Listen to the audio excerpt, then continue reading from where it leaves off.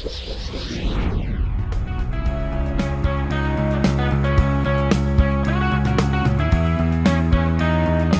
est 4 amis, on se connaît depuis 2 ans à peu près. C'est Julien de l'équipe qui regardait les vidéos des pierres sur YouTube parce qu'il est abonné et ça lui a tout de suite plu et il nous en a parlé comme quoi il voulait en participer. Et le but c'est de réaliser un projet et ensuite de le déposer sur un site, obtenir le maximum de votes et il faut une chef d'équipe. C'est quoi son nom? Science Factor. Collégiens et lycéens s'affrontent pendant 4 mois pour révéler leur Science Factor. Ils doivent présenter un projet scientifique et citoyen qui doit être piloté par une fille. L'objectif, accéder à la finale et défendre leur projet devant un jury. Les Milka, équipe candidate, nous plongent au cœur de leur aventure. À la première réunion, on regardait par la fenêtre et justement il y avait les places handicapées du parking. Et moi je voulais faire quelque chose déjà en rapport avec les handicapés. Ceux de l'équipe étaient d'accord avec moi, ils étaient vraiment partants pour ça. Madame Manzo, professeure de physique-chimie au collège Arthur Chaussy, a tout de suite accepté d'accompagner ces jeunes scientifiques de demain. Donc en fait en septembre, les élèves sont venus me voir pour me proposer l'idée de participer au concours Science Factor qu'ils avaient connu sur internet. Je trouve ça très intéressant. Voilà. En fait je structure, c'est-à-dire que je mets des horaires auxquels il faut qu'ils viennent et qu'ils travaillent à ce moment-là. Je donne, pour tel jour il faudra faire ça. Je passe d'un groupe à un autre, ils se distribuent le travail mais je passe d'un groupe à un autre pour un petit peu recadrer, donner des conseils scientifiques. Donc on s'est vu à raison d'1 heure, 1 heure et demie par semaine à la Toussaint. On n'avait toujours pas vraiment bloqué l'idée parce qu'il y avait beaucoup de débats, on n'était pas toujours d'accord.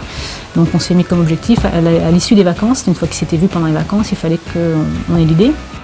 Qu'est-ce que vous voulez réaliser avec les places handicapées? Sûrement par rapport à une application. Ils pourront localiser où il y a des places disponibles, là où ils veulent se rendre. Une fois l'idée définie, viennent la répartition des tâches et le développement du projet.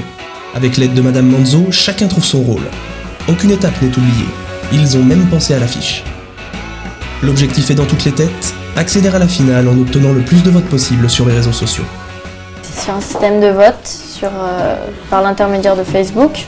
Il y a la liste de toutes les équipes et donc les personnes peuvent aller voter. Ensuite, le jury prendra les 10 premières équipes environ et feront un tri, on va dire, dans celles qu'elles prendront et qu'elles verront passer devant le jury.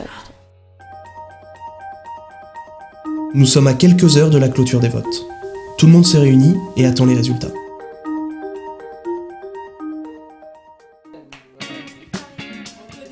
C'est la libération. Le projet des Milka est retenu par le jury. Ils seront donc présents pour la finale de Science Factor. Donc aujourd'hui c'était la remise des prix, la finale de Science Factor. On est arrivé à 12h30, on avait la présentation devant le jury pendant 10 minutes, un quart d'heure, suivi des questions sur notre projet. On a ensuite eu un temps de discussion avec des professionnels qui nous ont expliqué un petit peu leur cursus, leur métier pour essayer d'encourager les filles à aller dans des filières scientifiques. Et ça s'est terminé, après on a eu la remise des prix. Les lauréats, c'est Kids of LH. Même si on n'a pas gagné, c'est pour nous quelque chose de formidable. Ça nous a rapprochés, ça nous a soudés. On sait que voilà, on peut avoir confiance aux autres et puis même par rapport aux personnes qui nous ont soutenus, aussi aux personnes du jury qui ont accepté de nous écouter. C'est vraiment, il y avait un contact humain très très fort et on sentait qu'ils étaient là pour nous écouter, pour nous soutenir. Partenaire de Science Factor depuis 4 ans, Orange soutient l'orientation des filles dans les filières des technologies de l'information et de la communication. Pour le groupe, c'est l'occasion de faire naître des vocations. Claudie Aigneret, astronaute française, présidente d'Univers Science et membre du jury, est une figure féminine emblématique de la science mondiale. Pour elle, Science Factor est bien plus qu'un simple concours. Science Factor, je dirais, il a des spécificités par rapport à d'autres concours ou d'autres rencontres avec les jeunes élèves.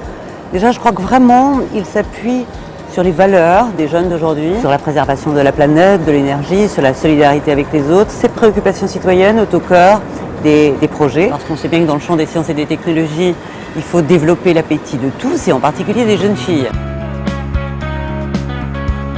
Réaliser un projet, c'est un moyen de tester sa démarche, la réalité de sa conviction et de son savoir-faire, je dirais. Mais que ça doit avoir une vie, que ça doit avoir une suite, que ça ne soit en fait qu'une porte d'entrée à la suite.